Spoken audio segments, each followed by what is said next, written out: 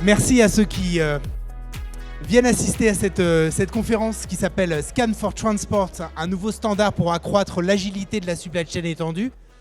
Alors on l'a vu dans ce cycle du pilotage des flux physiques, et donc, dont c'est la dernière conférence aujourd'hui.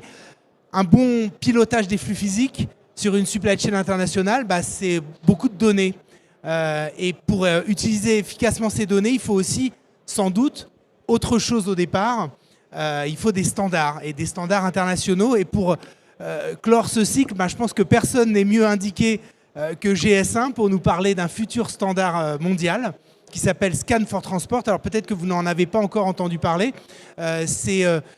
C'est une initiative qui est amenée à croître et on invite aussi un certain nombre d'acteurs à s'y associer.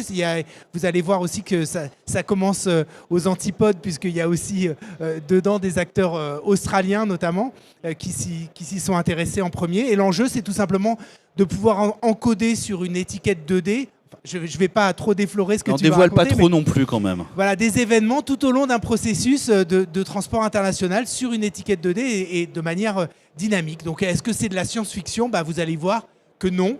Je passe tout de suite la parole à Thierry Grumiaux, qui est responsable filière transport et logistique chez GS1 France et qui est responsable au niveau de l'innovation, au niveau de GS1 au niveau mondial. Au niveau mondial, au niveau du transport et de la logistique. Au niveau mondial, mesdames et messieurs. Je te laisse et je reviens pour les questions. Merci Jean-Luc. Merci à vous d'être venu.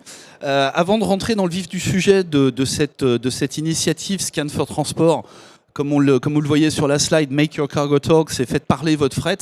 En fait, je voulais d'abord revenir sur un petit peu ce qu'est GS1, parce que je pense qu'il faut remettre un petit peu l'église au milieu du village. Donc GS1, en fait, vous nous connaissez tous sans nous connaître. GS1, c'est tous les bips que vous entendez quand vous allez faire vos courses. J'ose espérer que vous allez tous faire vos courses quelque part. Et quand vous entendez des bips avec des petits codes, avec des barres et des chiffres en dessous, tout ça, c'est GS1 qui est derrière depuis maintenant plus de 50 ans. Donc le code barre est effectivement un symbole aujourd'hui de la distribution et par extension donc celui de la société de consommation depuis maintenant un peu plus de 50 ans. On va fêter les 50 ans l'année prochaine. Donc c'est aujourd'hui le code barre un outil totalement universel, mondialement adopté, puisqu'on parle de plus de 12 milliards de codes barres flashés chaque jour dans le monde. Et il s'est établi effectivement comme un standard mondial d'identification, au-delà même des produits de grande consommation, puisqu'on retrouve aujourd'hui ces fameux codes barres sur différentes formes, dans différents secteurs d'activité, que ce soit le secteur de la santé, les fruits et légumes, etc., etc.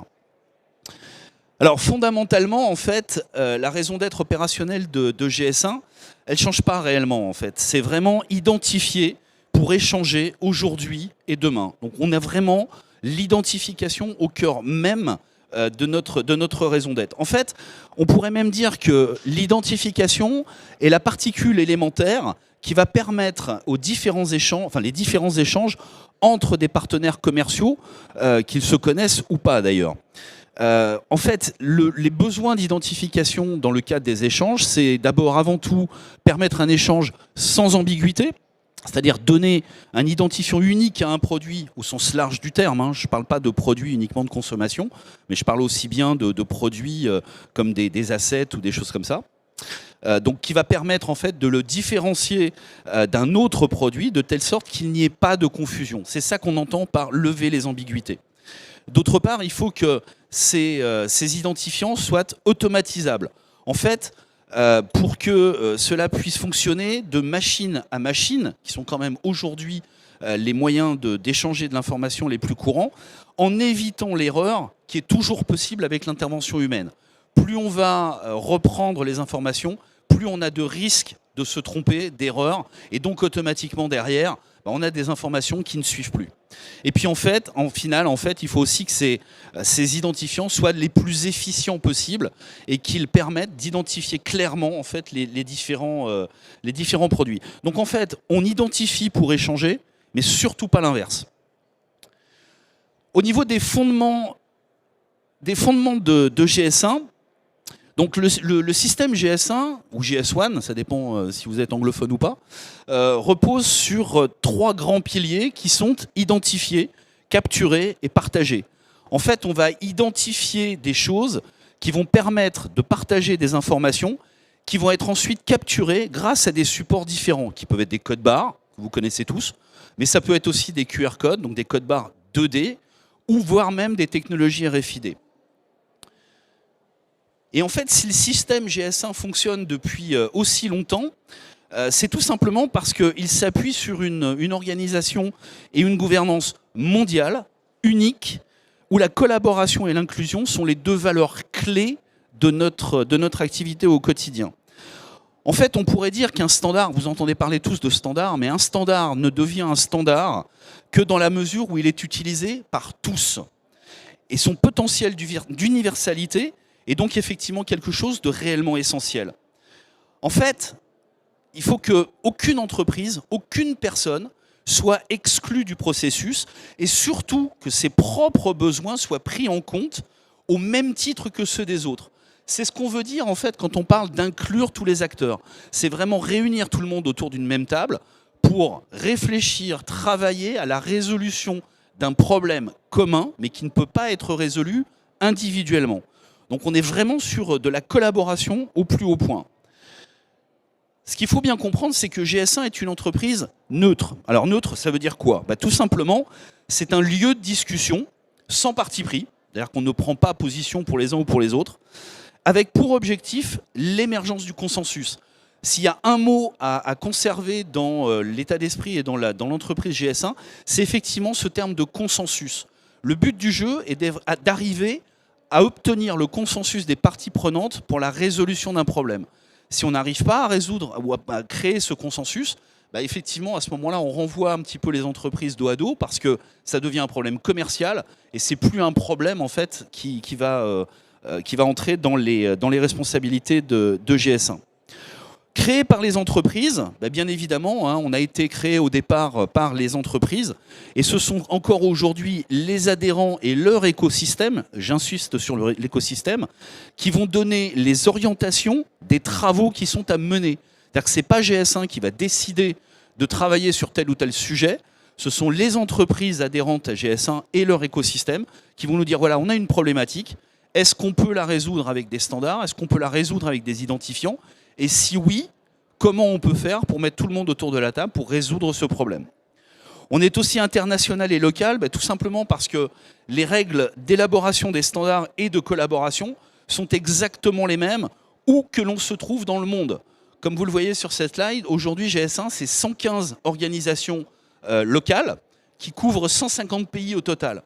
Donc on a intérêt, dans la mesure où on veut lever les ambiguïtés, on a intérêt à travailler tous effectivement sur le même système et sur les mêmes principes.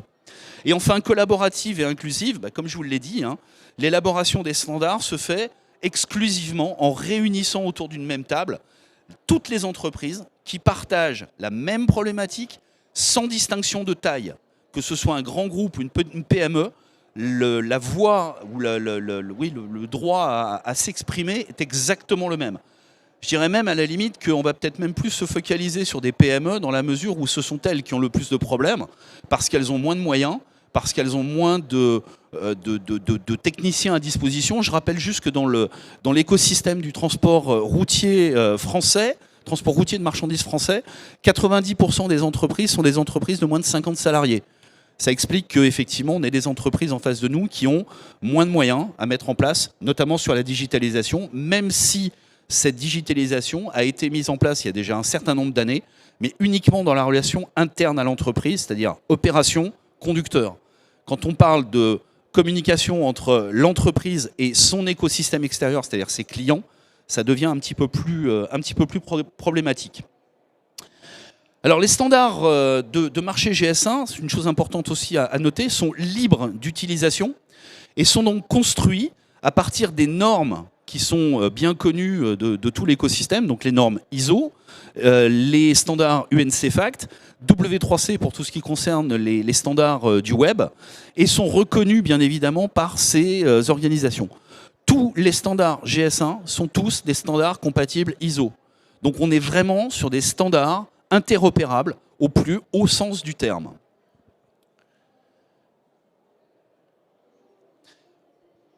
Donc, au niveau du processus d'élaboration de ces standards GS1, eh bien, c'est très simple en fait. Cela s'exécute en réunissant, donc encore une fois, au sein de notre plateforme qui est à Paris, au boulevard Haussmann, donc de collaboration, l'ensemble des parties prenantes. Et en fait, on travaille aujourd'hui sur plus de 18 filières qui vont du bâtiment au vin et spiritueux, en passant par le son et l'image, la santé, les produits frais, et bien évidemment le transport et la logistique. Donc ce sont vraiment tous ces acteurs avec lesquels on travaille, et on les fait travailler en collaboration aussi, sur des sujets. Je prends un exemple, la traçabilité. La traçabilité intéresse bien évidemment les produits de grande consommation, mais si on n'inclut pas le transport dans les notions de traçabilité, on ne peut pas parler de traçabilité, parce que le transport, et on l'a bien vu pendant la crise du Covid, le transport est une composante indispensable à l'acheminement des marchandises, et donc, quelque part, au fait que les citoyens que nous sommes peuvent avoir accès à toutes ces marchandises. Donc depuis en fait, de nombreuses années, nous avons développé un certain nombre de standards. Certains sont connus, ou plutôt d'identifiants, je vais dire. Certains sont connus, je ne vais pas m'étendre trop longtemps sur cette slide ni sur la suivante. Mais vous avez ici une vision par rapport à la supply chain, que vous avez en fait au milieu, une vision des identifiants qui peuvent être utiles dans le domaine de la supply chain. Donc ça va de l'identifiant de lieu, qui va permettre de créer une hiérarchie la plus fine possible au niveau des entreprises ou des zones logistiques, portuaires, aéroportuaires. Bien évidemment, l'identification produit, qui est notre cœur de métier depuis 50 ans. Ensuite, on a effectivement des identifiants qui permettent de suivre des colis, des unités de chargement, des palettes. On a aussi, au niveau des transports, la possibilité d'avoir des identifiants pour des documents qui ont besoin d'être certifiés et qui ont besoin donc d'être identifiés d'une manière unique, etc., etc. Donc on est vraiment sur un système qui permet aujourd'hui d'adresser quasiment tous les besoins en identifiant dans le monde du transport et de la logistique. Encore une fois, si je reprends la slide que vous avez eue précédemment, les 3 piliers de GS1, identifier, capturer et partager. Identifier grâce effectivement à tous les identifiants que je vous ai présentés sur la slide précédente. La capture se fait au moyen de data carriers qui peuvent être des codes barres, qui peuvent être des data matrix que vous allez retrouver sur les paquets, les médicaments, des QR codes, alors qui sont un peu plus évolués que les QR codes que vous connaissez, mais aussi tout ce qui concerne les technologies RFID qui sont très utilisées aujourd'hui et qui donc permettent. Et ensuite, on a effectivement ce partage de l'information grâce à des standards ISO, notamment celui que vous avez en bas qui est entouré en rouge, qui est l'EPCIS, qui est un standard ISO GS1 qui va permettre de partager, de capturer et d'identifier tous les événements au sein et au long de la supply chain. Donc c'est comme ça qu'on va pouvoir partager avec les différents acteurs. Donc aujourd'hui, on a à faire face dans le transport et la logistique, une industrie qui est très fragmentée. C'est pas moi qui le dis, ce sont les acteurs eux-mêmes et tous les acteurs. En fait, aujourd'hui, on a des chargeurs, des expéditeurs, des détaillants qui utilisent ou qui doivent faire appel en tout cas à des dizaines et des dizaines de prestataires de services, de transport, de logistique, et autant de manières donc différentes d'encoder en fait une même information sur une étiquette de transport. Parce que bien évidemment, l'étiquette de transport est au cœur même du transport, puisqu'elle permet à chaque étape en fait, du transport de permettre de donner l'information adéquate aux différents acteurs. Sauf que on se rend compte que aujourd'hui, quand un expéditeur crée une étiquette et la pose sur une palette, sur une caisse palette ou un carton, quand elle arrive chez le transporteur, bien souvent, le transporteur va réémettre une étiquette qui va venir se rajouter en fait à cette étiquette de l'expéditeur. Et puis au fur et à mesure qu'on va multiplier les acteurs, on va se retrouver avec un certain nombre d'étiquettes qui à un moment ou à un autre vont plus avoir vraiment de raison d'être et on va plus savoir laquelle correspond à quoi. Le but du jeu en fait, et j'en arrive à Scan for Transport justement, c'était de dire que aujourd'hui on a une absence totale de standards mondiaux communs pour le partage en fait, des données transport via des étiquettes. On a des données qui existent, on a des standards qui peuvent exister ou des étiquettes qui existent, qui sont des standards propriétaire et qui donc ne s'adresse qu'à un écosystème particulier. Ce qu'on a voulu faire en fait avec Scan for Transport et avec l'écosystème le plus large possible qu'on a utilisé, vous le verrez tout à l'heure, c'est justement arriver à créer ce langage commun qui permet d'éviter de multiplier les étiquettes et de pouvoir suivre les expéditions de manière la plus fluide possible et la plus simple possible en flashant un QR code avec un certain nombre d'autres technologies derrière qui vont permettre de mettre à jour à chaque fois et en temps réel quasiment toutes les informations et tous les événements qui impactent l'expédition en question. Donc vraiment, cette absence en fait de standards communs, les acteurs nous l'ont dit, hein, on a fait des études avant quand même, avant de lancer tout ça, c'est que en fait, ça entraînait des inefficacités, des retards dans le traitement des opérations, mais aussi des coûts inutiles et une baisse de la productivité, alors que normalement, si on en croit tout ce qu'on a dit depuis 20 ans, le digital est là pour justement permettre des gains de productivité aux entreprises. Or, ces gains de productivité, ils sont carrément réduits à néant, puisque même aujourd'hui, je ne sais pas s'il y a des transporteurs dans la salle, mais au niveau des opérations, bien souvent, un opérationnel d'un transporteur est obligé de jongler entre différentes solutions pour pouvoir gérer une tâche unique au quotidien. C'est juste pas possible. Il y a juste une image que j'aime bien prendre à chaque fois, et Jean-Luc, tu m'as entendu souvent la dire. Moi, ce que j'aimerais bien, c'est que toutes les solutions qui existent, elles sont très bien, elles sont parfaites, elles répondent à des besoins. Il n'y a aucun problème là-dessus. Et il n'est pas question de les remettre en cause. Par contre, il faudrait qu'on arrive un petit peu à ce qu'on connaît aujourd'hui dans le monde du smartphone. C'est-à-dire qu'aujourd'hui, tout le monde se moque de savoir quelle est la marque du smartphone que vous utilisez. Tout le monde se moque de savoir quel est l'opérateur que vous utilisez. La seule chose dont vous avez besoin pour pouvoir communiquer avec quelqu'un, c'est un numéro de téléphone. Et bien GS1 joue un peu ce rôle de numéro de téléphone qui va permettre de lier différentes personnes. Et encore une fois, vous comprenez bien qu'avec cet exemple du smartphone, ça ne remet absolument pas en cause tous les travaux de développement qui ont été faits par les offreurs de solutions. Bien au contraire, ça va aussi les amener à trouver d'autres services à valeur ajoutée qui vont faire en sorte que les utilisateurs vont choisir leur solution plutôt qu'une autre. C'est exactement ce qui se passe sur un smartphone. Aujourd'hui, vous choisissez un smartphone pourquoi? Par la marque, parce qu'il y a un beau téléphone, parce qu'il y a un appareil photo, parce que ça vous permet de faire plein de choses, parce qu'il y a des applications intégrées. Ok, mais à part ça, un téléphone, ça sert à téléphoner.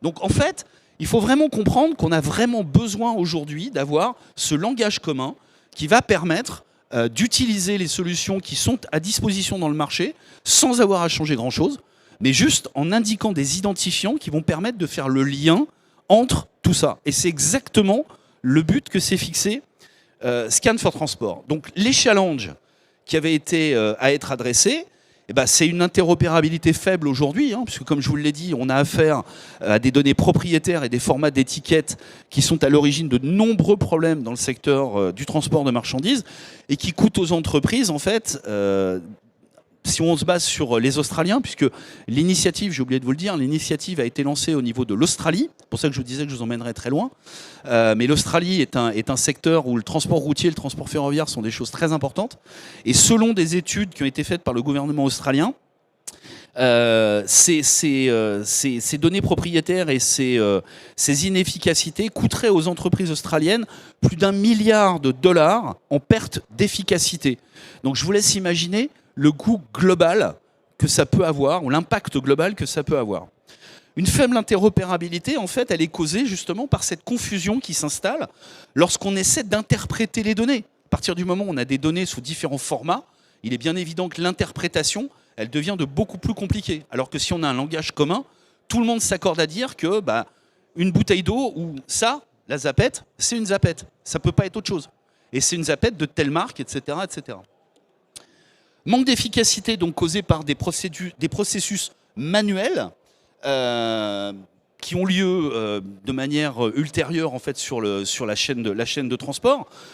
En fait, on peut simplifier les choses en scannant uniquement ou en flashant uniquement un code ou un code barre ou un QR code qui va permettre donner l'accès à différentes informations.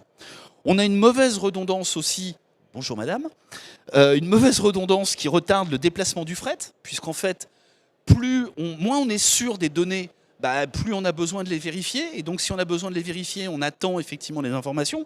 Alors que si on a les dernières informations à jour qui sont dans ce QR code qui permet le partage de l'information, on est sûr de l'information, on est sûr de la véracité de l'information, et donc on peut continuer le processus.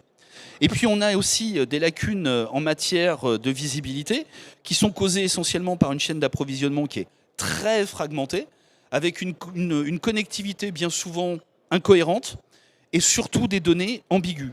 Et puis on a une dernière chose aussi qui est quand même importante, c'est les différents langages qui existent aujourd'hui dans le monde, et notamment avec les caractères non latins. Tout le monde ne s'exprime pas avec un alphabet comme celui qu'on connaît en Europe. Si vous allez dans les pays asiatiques, on va avoir effectivement, si vous expédiez une marchandise avec une étiquette qui est inscrite en caractères latins, ça peut poser un problème quand ça arrive en Asie. De la même manière qu'en France, aujourd'hui, quand vous avez une importation d'un produit qui est soumis à une réglementation particulière, la douane française va vous demander obligatoirement la traduction du mode d'emploi en français. Vous ne pourrez pas utiliser le mode d'emploi en anglais. Et bien évidemment, tout ça, ça retarde. Parce que si vous ne l'avez pas dès le départ, vous êtes obligé d'attendre d'avoir cette traduction. Parfois, ça peut prendre un certain temps. Et tant que vous n'avez pas cette traduction, vous ne pouvez pas dédouaner votre marchandise. Donc tout ça, ça génère en fait un certain nombre de problèmes qu'on essaye de résoudre. Donc les challenges, ça c'est ce qui est sorti de l'étude qu'on a fait préalable en fait avec les acteurs.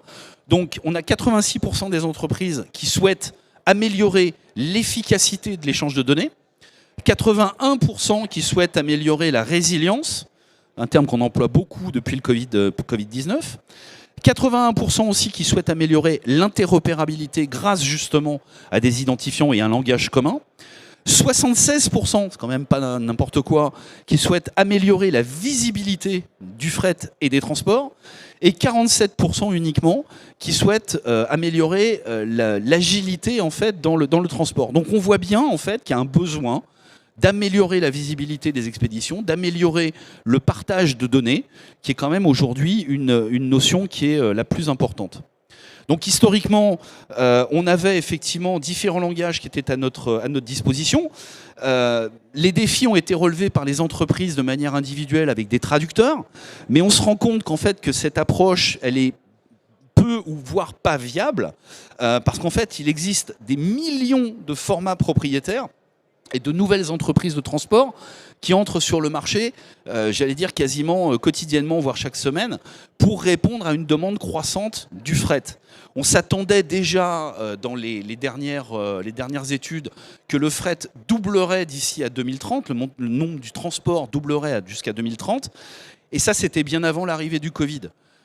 Donc on peut s'attendre effectivement à ce que effectivement, les demandes, et notamment dans le cadre du e-commerce, que les commandes de fret et donc les demandes de transport soient de plus en plus importantes. Juste pour vous donner un dernier petit chiffre, vous avez entendu parler, je pense, de la réglementation sur la TVA e-commerce qui a été mise en place à partir du 1er janvier 2021, donc qui oblige effectivement les marketplaces à déclarer dès le premier euro en fait, les marchandises qui sont importées. J'avais discuté avec la douane française et la douane française m'avait dit qu'elle partait en moyenne de 12 millions de déclarations en douane par an et qu'avec cette nouvelle réglementation, ils s'attendaient à arriver à un chiffre de 350 millions de déclarations en douane par an. Donc vous voyez bien qu'il y a une augmentation des flux, certes plus petit, mais il y a une augmentation des flux, et à partir du moment où on a une augmentation des flux, on est obligé de mieux identifier ces flux pour permettre justement de fluidifier la supply chain dans son ensemble. Donc on existe, bon, les langages communs, ça on est bien d'accord, hein, aujourd'hui, si vous allez en Russie et que vous ne parlez pas russe, même s'il y en a beaucoup qui parlent français, il y a encore beaucoup de gens qui ne parlent pas russe. Donc pour se faire comprendre, c'est toujours compliqué. Ce qui explique bien qu'effectivement, même si on a l'anglais, qui est un langage universel aujourd'hui dans le commerce, on a quand même parfois, quand vous allez en vacances, des problèmes pour se faire comprendre si vous ne parlez pas la langue du pays dans lequel vous êtes. Juste pour revenir, parce que ça me paraissait un exemple intéressant, l'OACI, qui est l'International Civil Aviation Organization, jusqu'en 1998, il y avait un certain nombre d'accidents d'avions qui avaient été recensés par l'OACI, qui étaient dus essentiellement à des problèmes de communication entre les pilotes et les tours de contrôle. parce que les gens justement parlaient peu ou moins bien en tout cas l'anglais, et donc il y avait des choses qui étaient parfois incompréhensibles et qui amenaient à des problèmes, voire des accidents, dont certains d'ailleurs ont eu des conséquences assez fâcheuses. Et donc ils sont arrivés en fait en 98, donc vous voyez c'est relativement récent, à cet alphabet qui est utilisé aujourd'hui mondialement, et qui est donc un langage commun, qui permet de lever l'ambiguïté sur les informations qui sont données depuis la tour de contrôle à un pilote, mais aussi depuis le pilote vers la tour de contrôle. Et c'est exactement en fait ce vers quoi on travaille au niveau de GS1, c'est lever ces ambiguïtés pour permettre d'échanger d'une manière beaucoup plus fiable et beaucoup plus fluide. Donc en fait, on arrive en fait à Scan for Transport, donc une initiative initiée par mes collègues australiens, à la demande d'ailleurs des acteurs australiens, qui va permettre effectivement d'enregistrer dans une étiquette que vous voyez en haut à gauche, une étiquette logistique, alors avec bien évidemment des caractères qui sont lisibles par l'être humain, parce que ça, on ne peut pas s'en empêcher de toute façon, il faut qu'on le garde. Mais par contre, on a ce fameux QR code que vous voyez dans la partie en haut à droite, oui, de l'étiquette, qui va permettre d'embarquer beaucoup plus d'informations et d'avoir des informations mises à jour beaucoup plus facilement qu'un code à barre indé, voire effectivement des informations qui sont sur l'étiquette et lisibles par l'être humain. Alors, le groupe de travail, en fait, il a été créé pour développer effectivement ce standard mondial, pour encoder les données minimales requises dans le processus de transport dans un code barre 2D, ce qui n'était pas possible sur le code barre 1D. L'initiative a démarré en janvier 2019 avec des conférences téléphoniques. Ça a été essentiellement fait par conférence, sauf les acteurs qui étaient en Australie et à proximité de la région de Melbourne où tout s'est passé en fait, qui pouvaient se rendre dans les bureaux. Mais sinon, l'Australie étant un territoire tellement gigantesque qu'effectivement les visioconférences ont été foison. Et donc il y a eu un examen des éléments de données de base qui étaient utilisés et qui étaient utiles dans les processus de transport à un niveau mondial, pas uniquement au niveau australien. Donc on a pris bien évidemment les modèles de données existants, notamment ceux de l'UNCFACT, etc., et de l'OMD au niveau de la douane, et pour en fait définir ensuite un standard qui va permettre l'encodage de ces données dans un symbole 2D avec une technologie supplémentaire qui va permettre de lier le code barre à un site web vers un site web propriétaire en tout cas de celui qui a émis l'étiquette. Donc on est vraiment sur de la sécurité de la donnée pour permettre l'échange de données uniquement entre les acteurs concernés du transport. Ça c'est très très clair. C'est pas parce qu'on a un QR code qu'on va pouvoir accéder ou que n'importe qui pourra accéder aux données. C'est uniquement les acteurs précis du transport qui seront autorisés à accéder à tout ça. La reconnaissance en fait par l'industrie de ce Scan for Transport en 2020, GS1 Australie et Scan for Transport a été reconnu, a gagné l'International Supply Chain Award australien qui était donné par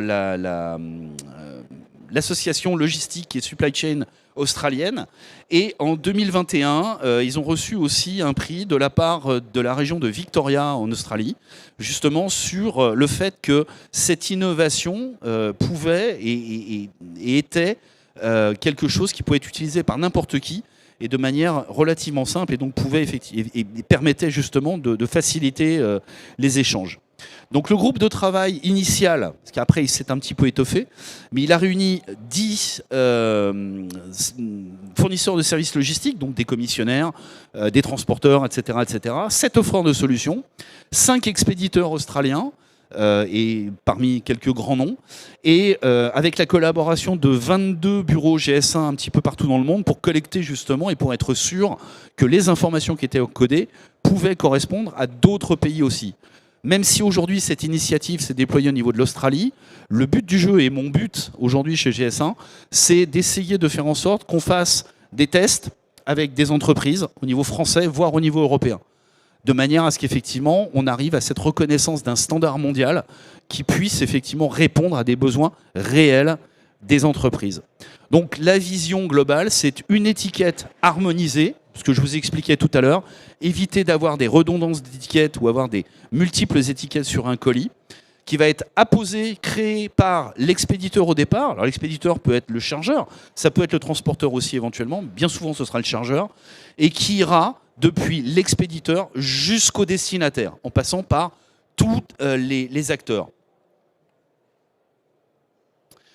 Alors maintenant, puisque mon collègue australien, vous comprenez bien qu'à cette heure-là, là, il est en train de faire dodo, il aurait bien voulu se joindre à nous, mais malheureusement, c'est un peu compliqué. Donc il a enregistré pour vous une vidéo que nous avons sous-titrée. Donc vous verrez que même si parfois les Australiens sont compliqués à comprendre avec un accent à couper au couteau, au moins vous aurez les textes en français, vous pourrez comprendre. Et bien évidemment, après cette vidéo, je suis à votre disposition pour en parler. Hi, I'm Michael Brookhaver from GS1 Australia. I am the TLL manager for the Scaford Transport Centre of Excellence globally. And Terry's given you a good overview of some of the challenges in the transport industry. And I'm going to talk to you about Scaford Transport and how that initiative is addressing those challenges that have been identified. Now, to start off with, I'm going to just introduce you who the Scaford Transport work group is, and it's a group that was formed in 2019 involving logistics service providers, shippers, solution providers, and representatives from industry across 21 countries around the world that got together and looked at those challenges and how standards could address them. And so you'll see some familiar names on the screen there, but certainly there were a lot of parties involved. And what they did is they looked at how the core data that's required to support the transport process, so the minimum information that any party along the supply chain needs to keep that freight moving, how that information can be captured from the 2D barcode on the transport label. And so what you can see here is that the type of information that you might find in that barcode is the consignment identification. It is the transport unit identifier. It is where it's actually going to, so the ship to information, the routing information and the service information. So is it standard or is it express? Is it going via land or is it potentially going via air or rail, for example? And of course, handling information. So, have I got authority to leave this freight should the person not be home when I'm delivering it? There are two key approaches that the group has developed. First is what we call the GS1 element string approach, which is the traditional approach we sort of mainly see out in the industry. And this is represented at the top, and that's where the information is concatenated inside the barcode with application identifiers to identify what the following information is. So if you look at green at the top of the screen there, application identifier 4300 that's been developed tells everybody across the supply chain that the following data is the ship to company. And similarly, identifier 4301 says the ship to contact is Michael Brookhaver. And the 4302 starts the address blocks and so forth. Now, the second approach is what we're calling the GS1 Digital Link URI approach. And the key difference here is that information, when it's concatenated, is more structured like a traditional URI. And so you'll see in the slides ahead the real benefit that can provide industry. But as you can see with the colors here, it's the same type of information that, again, you could scan from the barcode and without needing, any sort of system integration or anything like that, you can capture that core information from the barcode to keep that freight moving. So one of the most common questions that get asked is, well, with these new standards, does that sort of mean that I need to throw out what I've got and I need new software? And the good news is no, you don't. right? It's the existing system that you may already have that can be used to create these labels. It's just another template. And so whether it's your ERP system, your warehouse management system, or your transport management system, or the software that your logistics service provider has provided you, those solutions can be configured to incorporate the Scan for Transport label. And similarly, the logistics service providers who are tracking that freight along the journey, their systems can also be configured to absorb the data from the label. And this is right from the first mile sortation and last mile processes. Now, if we look at a traditional transport label that you often find across the supply chain, most often, or more often than not, I should say, the barcode typically has a transport unit identifier in there, and often not much more. And so the challenge there is that anyone scanning along the supply chain, they know the transport unit ID, but they're relying on the transport instruction to be able to know and to be able to automate what they now need to do with that bit of freight.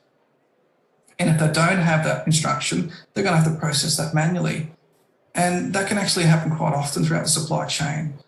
Sometimes this happens when a business has a regular pickup from their logistics service provider, but they may not ship the information electronically till the end of the day.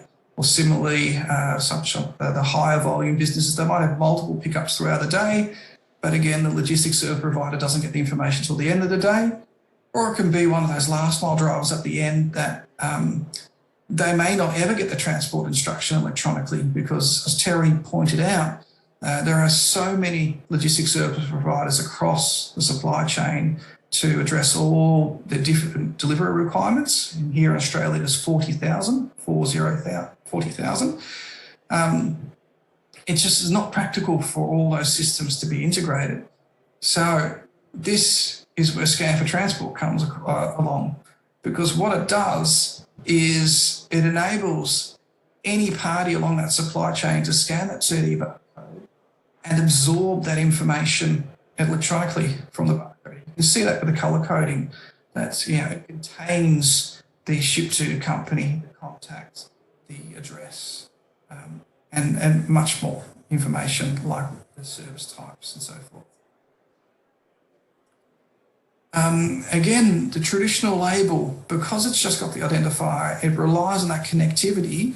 And again, parties along the supply chain, they may not know exactly which system has that information, and they may not be integrated, again, because there are so many systems across the supply chain. It's not possible to integrate to all of those. And so, again, they'll end up having manual processes to actually process that freight. Now, the Scan for Transport label has that digital link URI that can be encoded in it, which I highlighted a little bit earlier. And what that means is that that digital link can connect all parties across that fragmented supply chain to that source system, where they could potentially access the latest information or more rich information about that transport unit that they're shipping.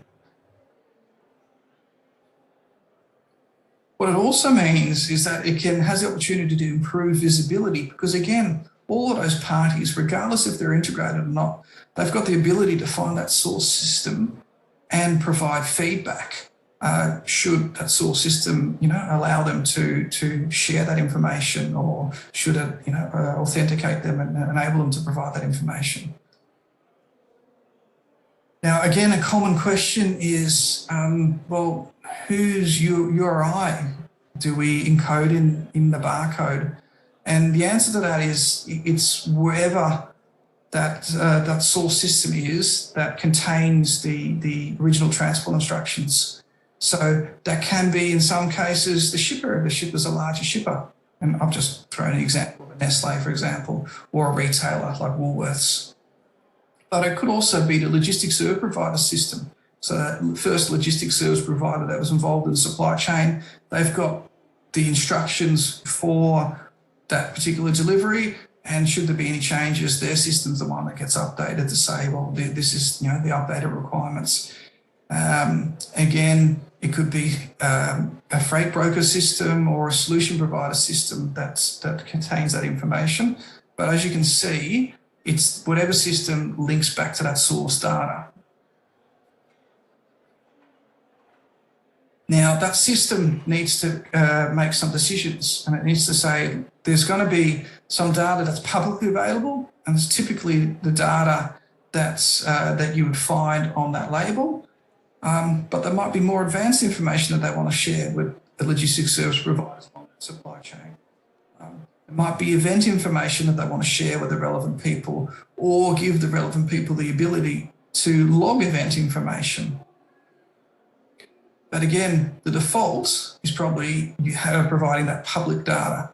So the information that you'd see on the label, things like the identifier of the freight unit, the identifier of the consignments, the ship to address, whether it's authorities to leave, and service information. Now, of course, should the system be set up to allow people to log in, for example, this opens up the opportunity to potentially provide more rich information about this particular shipment. You could provide any of those parties along the bottom of the image there in the supply chain to potentially log event information about confirming the pickup or the drop-off. And again, this is really powerful because it can improve things like visibility. Now, here's a little bit of a scenario, a common scenario where we might have a supplier delivering to a retailer. So one of the common challenges is, has the transport company received the electronic instructions confirming exactly which units to pick up and which orders they belong to and which ones contain dangerous goods? And are there particular delivery windows that this freight needs to be delivered before or after a particular time frame? And as you can see, the Scan for Transport standards has now got, I guess, identifiers to be able to encode this information so that anyone along the supply chain can absorb that information and understand which items belong together, which items might be dangerous goods. Take a conference, for example. It's no use having items for a particular conference arrive after the conference is over. So you can code information like don't deliver before or after into those labels to ensure that the freight arrives on time, and people are alerted that if it's after that time frame, you need to contact the original shipper to find out what to do now with the freight. Likewise, we can have situations where there might be a single pickup of multiple delivery locations. In this case, a single pickup that's starting in the far north Australia, over in Queensland, and it's got a few orders that have been picked up. One of them, as it's heading down south towards the bottom of Australia, being dropped off in Sydney, and two more orders being dropped off in Melbourne. Now, again, it is providing all those parties along the supply chain with visibility of which items belong together, when they need to be delivered by, and visibility of the latest information about that particular transport requirements, and or to be able to provide information back about what they've done with the freight. And the final scenario here is potentially a B2C delivery, where again, the last party in the supply chain, for example, the last mile driver, they may never get the electronic instructions regarding this particular freight unit. They might be going into a depot, they're picking up all the parcels that belong to their particular area, and today they might be actually manually handling that freight, manually recording what they've done with that freight. But now they can scan that 2D barcode and they can absorb that ship to address and maybe, automatically do routing to sort, what's the most efficient route to follow to deliver all the units, to ensure that when they get to that address, they remember that for this address, there might be two parcels, while the next address, there could be one, and the one after that, there could be three. And of course, you follow that digital link to provide information back to the source system so people have visibility across the supply chain of what's happened. There is a implementation guideline available online, and that can be accessed via that link there. And I'm assuming Terry will share the slides, and welcome for everyone to have a look at them. We're also providing tools that people can use online to, for a better term, trial the standards. Right? So to create some of these labels, to be able to scan some of these labels and see how that all works. And again, access to some code to help them integrate these standards into their system, so that again, you don't have to reinvent the wheel to be able to decode a barcode, for example. There's also a nice video, 4 minutes or so, that unpacks the pilots that were run earlier in 2021. That's, as you can see with some of those parties on the screen there, they were involved in piloting the standards, and they've given you some real good benefits that they've achieved from those standards, and some of them have now gone actually live with the standards as well. If you have any questions, please reach out to me. Je pense que ce sera plus simple de revenir vers moi si vous avez des questions, parce que sinon il va falloir que vous calculiez effectivement les décalages horaires.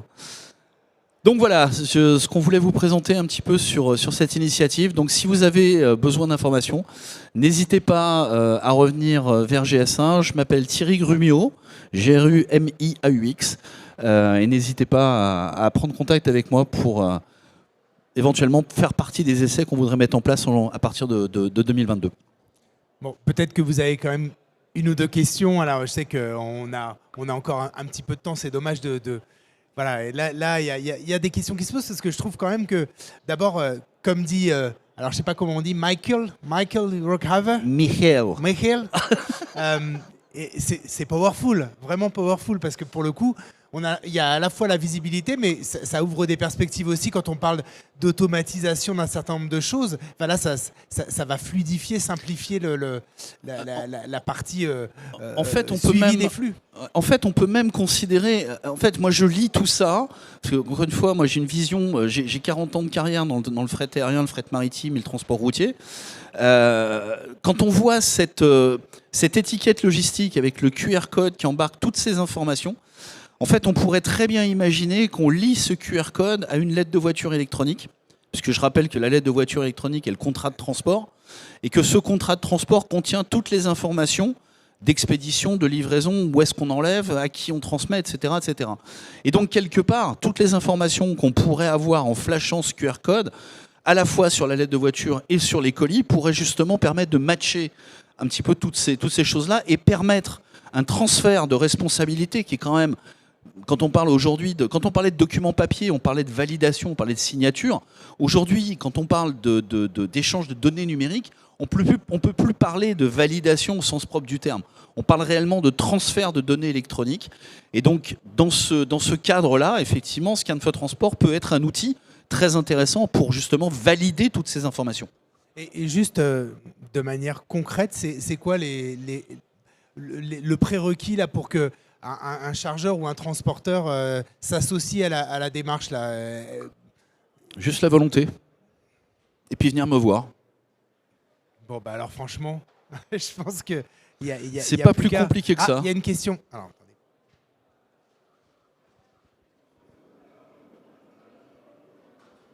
Bonjour monsieur. Bonjour. Je voulais d'abord vous remercier pour votre excellente intervention. Ça peut paraître un peu révolutionnaire, mais moi, je me posais la question de savoir, j'ai l'impression que pour le moment, vous êtes à la phase de test, c'est ça? Parce que les acteurs qui ont été touchés pour le moment, c'est quand même localisé au niveau de l'Australie. Oui, tout à fait.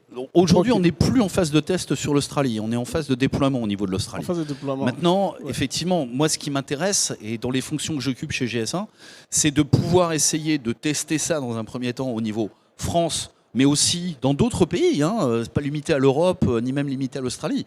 Okay. Tous ceux qui ont des besoins par rapport à cette notion de visibilité liée à l'étiquette logistique sont les bienvenus. On a, comme je vous l'ai dit, on a 115 bureaux dans le monde. On est présent sur tous les continents. Il n'y a aucun problème pour qu'effectivement il y ait des tests qui soient faits sur chacun des continents. Bien au contraire, c'est ça qui serait intéressant. Oui, j'ai vu, parce que parmi les acteurs, j'ai vu les transporteurs comme DHL qui sont encore plus connus que les autres, qui sont des transporteurs locaux. Mais moi, personnellement, la question que je me posais, parce que moi je suis déjà dans l'e-commerce où on scanne les produits déjà. J'étais aussi chez Amazon où on scanne les produits. Mais ici, apparemment, ça touche plus au fret international, c'est-à-dire le transport, le commerce international. Oui. Je me posais la question de savoir ici, Alors, est-ce que ça serait valable en interne? Pas que. Parce qu'encore une fois, dans le QR code, vous avez vu qu'il y a le ship to, le ship from, etc. Donc il y a toutes les informations qu'on retrouve sur la lettre de voiture, qui est encore une fois le contrat de transport. Donc on pourrait totalement l'imaginer au niveau national aussi. Il n'y a pas de limite en fait là-dessus. Bien évidemment, c'est intéressant au niveau international parce qu'on a beaucoup plus d'acteurs, mais au niveau national, ça peut s'appliquer aussi. Ok, l'autre question, parce que les QR codes, généralement, quand ils sont générés, je veux dire c'est en interne, parce que c'est l'entreprise qui génère ces QR codes et qui lui permet par la suite de pouvoir relever des statistiques et essayer de les étudier, les analyser après pour son propre besoin, pour sa performance de son activité. Mais ici, j'ai cru comprendre que ces QR codes qui seraient générés pour le suivi du flux de transport des colis, ce serait seulement limité, je veux dire, c'est des QR codes standards pour ceux qui seront concernés par ce type de processus spécifique. C'est-à-dire, si par exemple, on prend un produit spécifique qui doit partir d'aujourd'hui d'un point A à un point B, les QR codes qui seront générés concernent cette expédition précise-là. Oui. Ça veut dire que c'est juste standard localisé pour ça. Si jamais il y a une autre expédition, si c'est une autre expédition qui concerne éventuellement même les mêmes expéditeurs, même destinataires, comme on est sur quelque chose d'identifiant unique, d'accord, on aura toujours les mêmes identifiants, mais l'expédition et l'identifiant de l'expédition sera différente, parce qu'on est sur une expédition différente.